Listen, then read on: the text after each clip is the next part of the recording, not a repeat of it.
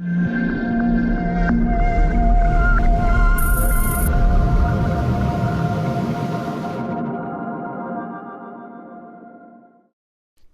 Player free.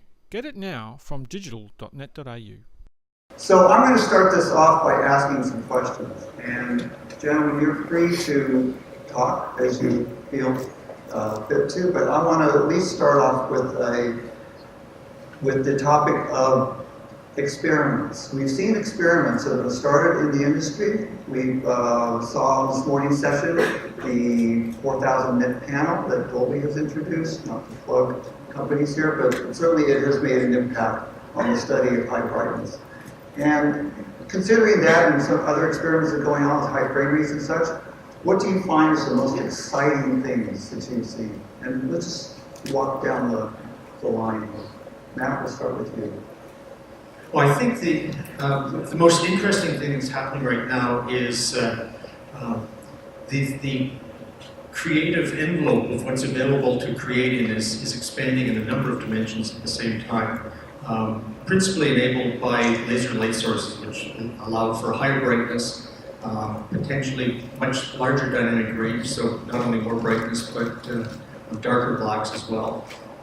Expanded color gamut so that the cinematographer has more colors available to him, and not so much with lasers, but higher frame rate. So the technology has come to a point now where all of those are coming together, and in the next few years we'll see practical implementations available that give us significantly expanded capabilities.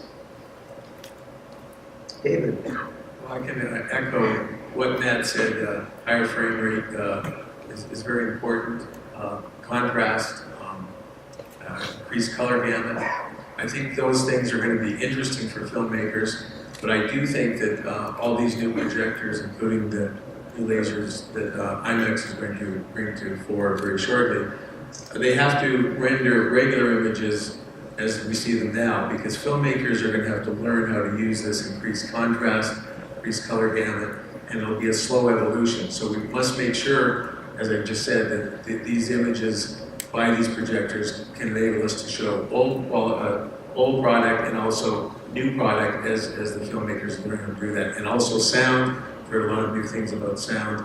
That will give new tools to the filmmakers, because what is it really about? As Chris says, it's about storytelling, it's a suspension of disbelief, and it's our job as technologists to make it easier for the filmmakers to tell their stories so we can be immersed in those stories, 2D or 3D.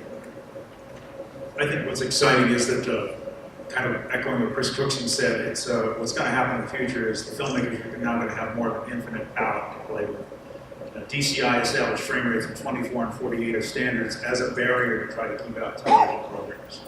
That was the impetus. And even in the early 2000s, we could make a QuickTime movie at 43 frames a second.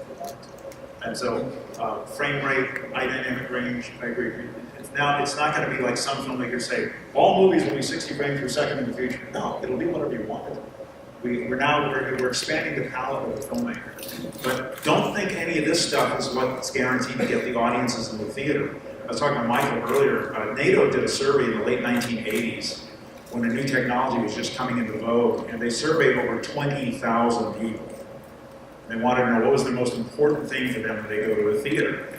And everybody knows the answer was, right? It was dynamic range, color, resolution. No, it was cup holders, clean bathroom. It's not a joke, it was cup holders. Still one of the last dimensions that's useful that I don't have in home.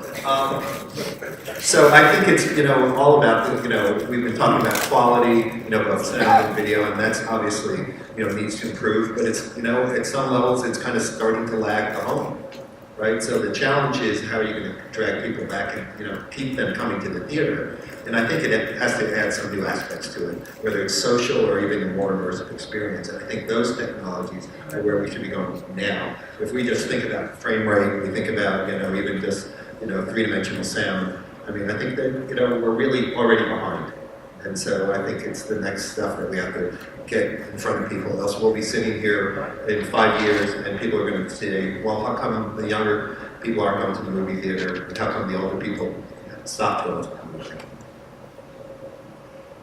I think we're in probably one of the most exciting times that we've ever had in our lifetimes, all of us included. And I'm not going to repeat what people say that ahead of me because it's all true, but if you think about it right now, rest in peace, film is somewhat coming near to the end of its life. Technology is finally getting somewhat close to what film used to do. And if we look at the theater, for example, Vision Premiere stock is still outperforms what we have as commercial theaters with digital cinema projectors today. It's coming to change very soon. But as a time period, no more do we have any of these bumper pads on our stuff technically as we proceed forward. We're going to have projectors that have high dynamic range, we're going to have high frame rates. We can spend whatever frame rate we want to in the future at some point in time. So as a technician and as a filmmaker and as an artist in creativity, just think of the possibilities that can happen. I mean, it's a very, very exciting time. Of those, I think the higher dynamic range is probably one of the most, largest improvements that we're going to see coming up in the near future. And we're seeing a lot of stuff we talked about here today too. And for a filmmaker, of which I'm trying to dive into that side now, I think it does offer a lot more opportunities to express stories that we could get close to, but couldn't get exactly where we want to be. Go right ahead, Rob. I don't disagree with you at all, Howard. Just an interesting point is granted, the filmmakers are being given a wider palette, but a lot of what's been talked about today here is how that we're competing against the home and the environment of the home. In 1994, for the Technology Council of the Motion Picture and Television Industry, we did a test where we shot Super 16, 185, Super 185, Super 35, anamorphic, 65 millimeter, same scene, same nodal point, all-day seminar at the Golden Theater of the Academy, laying it all out. One of the many conclusions of the day was that Super 35 was the crappiest looking 35 millimeter format. I mean, it really was. It was grainy, it was ugly. 5 years later, James Cameron shoots Titanic in Super 35. And I don't think anyone here thinks that it would have suddenly sucked more people into the theater. The problem is, the ethereal thing getting people into the theater is story. Yes. And that's so much more important than anything we're talking about here today about resolution. The story, I mean, Gravity. It was an unbelievably compelling story. People weren't walking out of Gravity, I don't know, it wasn't UHD. What do you think? No, you must have story. I think that goes without saying, I think. But if you look at a case like Gravity, for example, 4 years to make that.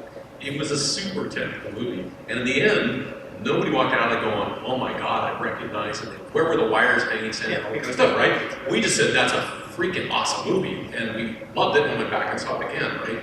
But with the enhancements of Gravity, at least for me, seeing it in an Atmos theater on a big screen with digital projection being so clean, that was better than seeing a nasty print in a second theater.